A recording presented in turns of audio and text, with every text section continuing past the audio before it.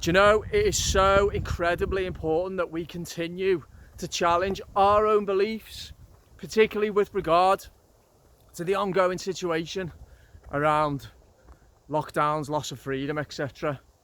The reason I'm saying this is, and the reason why I've pulled back so much from many of the groups that I was in for a period of time, is because what people are saying and the division that they're sowing and the fear mongering that they're indulging in, it's not correlating to what I'm seeing with my own eyes and ears. It's not correlating to the interactions I'm having in my life. I've talked quite a bit about this recently. I genuinely feel now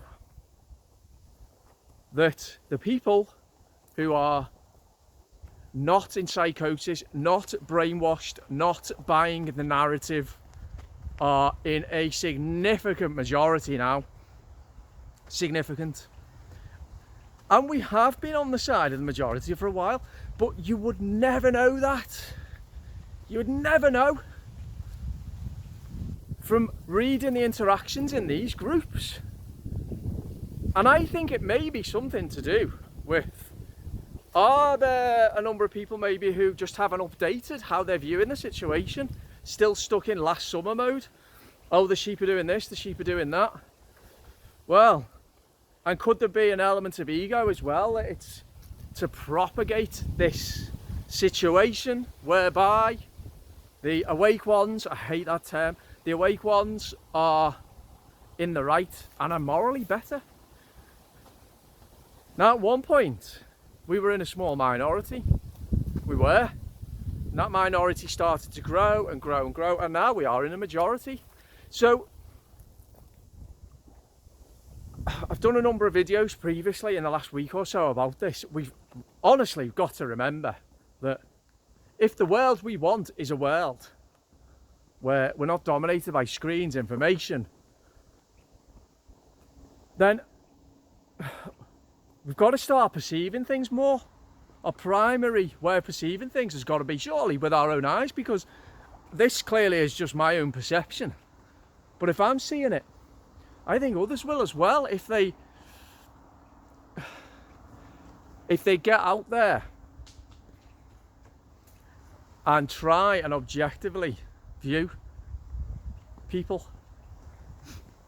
Because it seems basic fact to me now that those who are deep in psychosis, there's still obviously a significant number of them, but much lower percentage than even 3 months ago. There's certain things that have happened recently that have woken up so many people. There are, of course, so many who are sitting on the fence, and they're the type that will continue to sit on the fence even till the very, very end. They will. But here's the key thing: there's another group who were once completely brainwashed, who are now very, very open to wanting to find out different perspectives on what's going on. They need our help. I've spoken a couple of times only this week actually to people who are, it's called cognitive dissonance. They're making two arguments at the same time, two contradictory arguments at the same time. I think there's another psychological phenomenon behind it as well, but cognitive dissonance, when you're holding two beliefs at the same time and it doesn't make sense. And what both of these individuals were saying did not make sense because it was completely illogical. However, because they were making two completely opposite arguments and they were so confused in their thinking, their brains had become twisted in the way they were perceiving. But what it showed to me was they were starting to process events in a different way. Now, and they were both respectful and wanting to talk, giving their opinion, but also asking me questions. What do I think? Now, we have a responsibility here. Are we just going to carry on writing off these people as though the sheep? Don't get me wrong. I've been heavily critical and will continue. Those who are completely brainwashed, I don't understand how it's happened. I don't know the deep psychology behind it. You've got to write those people off. those who are aware of the situation and are completely devoid of morals because they're not going to, you know, they're not going to take that responsibility, having realised what's going on. Again, I will continue to be critical of them. They're on the wrong side of history and they're cowards. But there are a significant number of people, I'm telling you, who, some of these may have had medical interventions that they now regret. They've done things and they're thinking, why did I do that? They're starting to wake up to the reality of the situation, a reality that, you know, many of us have perceived for a long time now. But what's really pissing me off, I have mentioned it a couple of times, and I'm sorry if I'm on my soapbox. Well, I'm not sorry, but I don't mind being controversial. It's funny because I've changed my position now in terms of what's required is leadership, responsibility, active peaceful civil disobedience, and people to authentically communicate in any environment that they're in what they feel about the situation, and that entails helping and cajoling those who may be a leader as well, if we just help them. So what may be the psychological phenomena be called, whereby you hold a certain belief, and even though, and you're not conscious that you need to update those beliefs, what's that called? Does anybody know? I'm sure we all suffer from that, or not suffer from it. I'm sure we're all susceptible. Of course, I'm sure I am as well, and this is only my perspective and my insights, but particularly the people who are very, very open to conversation and wanting to talk, they're wanting to validate these beliefs that they're starting to develop. They need us. So they need us to be out there, they need us to be active, they need us to be respectful, and we need to, I mean, seriously, get off Facebook and stop this obsessive, it pisses me right off. What on earth is that achieving now? Someone tell me, what on earth does that achieve? When instead we could be directing our energies to, like I say, creating something, or getting out and engaging with people, practicing that civil disobedience, and distributing literature, forming groups, and talking to those members of the public who they, you know, they're relying on us. That, you know, we are the ones here who, this isn't about really waking people up anymore. The more I think about it, actually, the more I think that when it comes to waking up, people wake up under their own steam, under their own volition. Once they start to, though, that's when they need us, because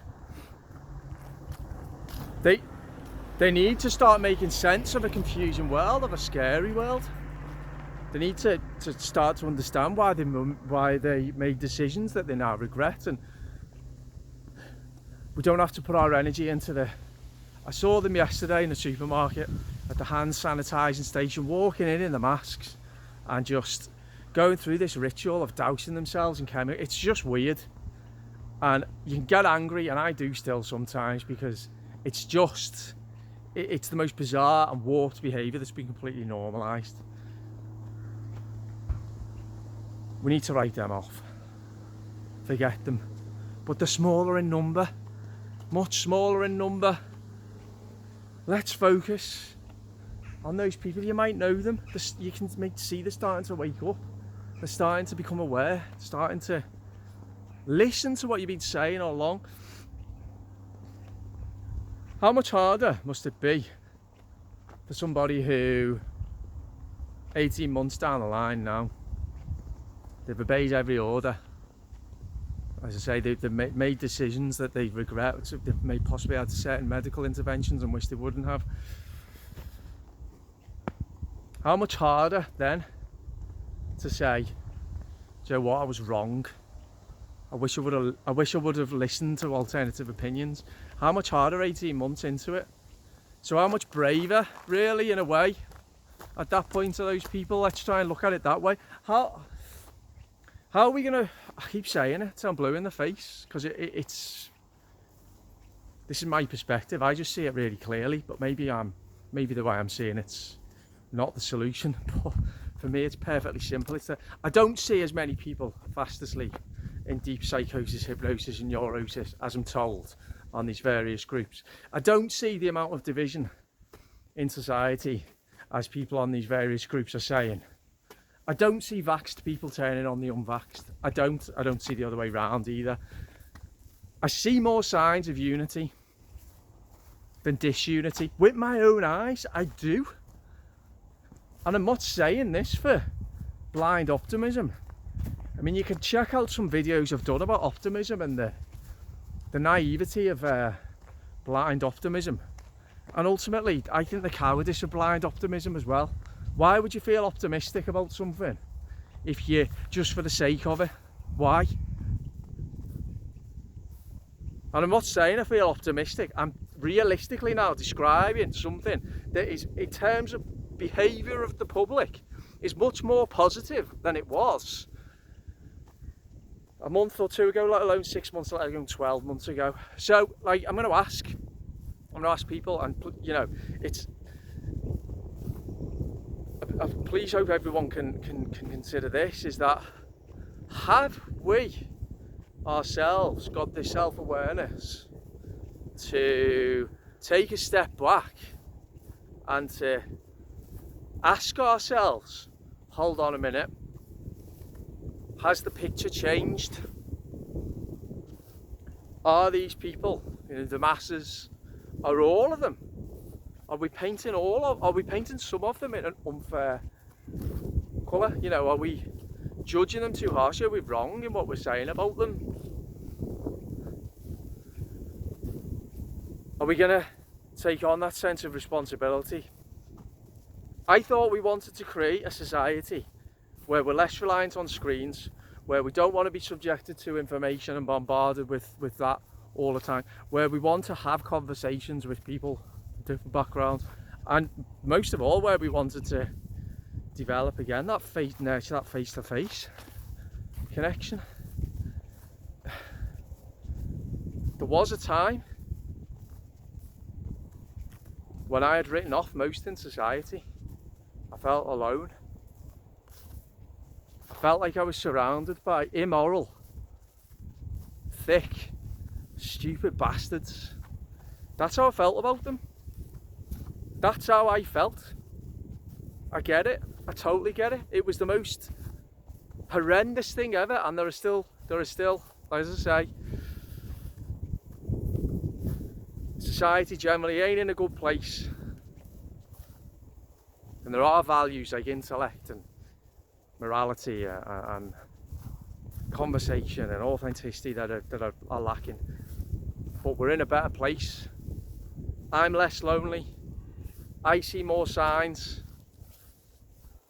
of alertness, of awareness, of introspection.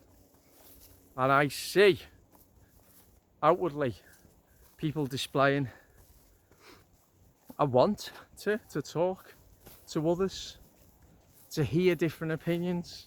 There's this realisation that's starting to dawn on people, not only of the peril that we're in, but that we're all responsible for why we're in this mess, and that a lot of people are starting to want to take on the responsibility to begin the process of healing. Did a video the other day saying it's not the beginning of the end, but the end of the beginning. And the end of the beginning is that all the work and the sharing of the information and ensuring that enough of us know what we're up against is done. It's over. That's gone now. It's immaterial. All that matters now is us getting out of our comfort zones, choosing to be leaders, reviewing how we're seeing people, giving people a chance. You know, if they're changing their mind, that's good. And not just writing them off, because if we just do that now, in the face of what I see as new evidence emerging, you know, I'm probably talking about probably only 10 to 15% of the population, maybe 20%, I don't know. 20% who will never do, they'll just go along with anything. 10-15% who are just brainwashed beyond belief. But then this 10, 15, 20, maybe 20% of people who are new recruits for us, honestly, if we accept them So let's do that. You know, let me say again, please everyone just stop sharing these links that are going round viral. It's just ridiculous. It's utterly ridiculous. Sorry I'm on my soapbox. And you know, it doesn't make me comfortable doing, because I might be wrong, but I'm just telling it like it is. Whole point of a vlog, tell it like it is. So how I feel. Let's take that responsibility, people.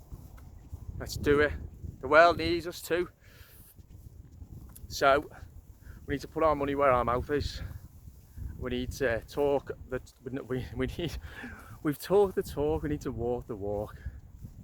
So yeah, that's my message today, and it is a message hopefully construed as a message of hope and humility. That's what I'm trying to do anyway. I just feel this is where we are now in this crazy journey that we're on. Right, probably next video I'm going to do is how far along the road to freedom are we? The answer in short is not that far, but further than we were. But I'll do a video on that, hopefully tomorrow, if not the next day. Anyway, let me know your thoughts on this probably controversial video. Tell me if I'm wrong, tell me if you disagree with me, tell me if you think I'm arrogant or ignorant or on the soapbox. You can tell me, I don't mind. I really don't. I ain't trying to be controversial, it's just how I see it. Alright, I'll speak to you all soon. Enjoy the rest of the weekend. Bye bye.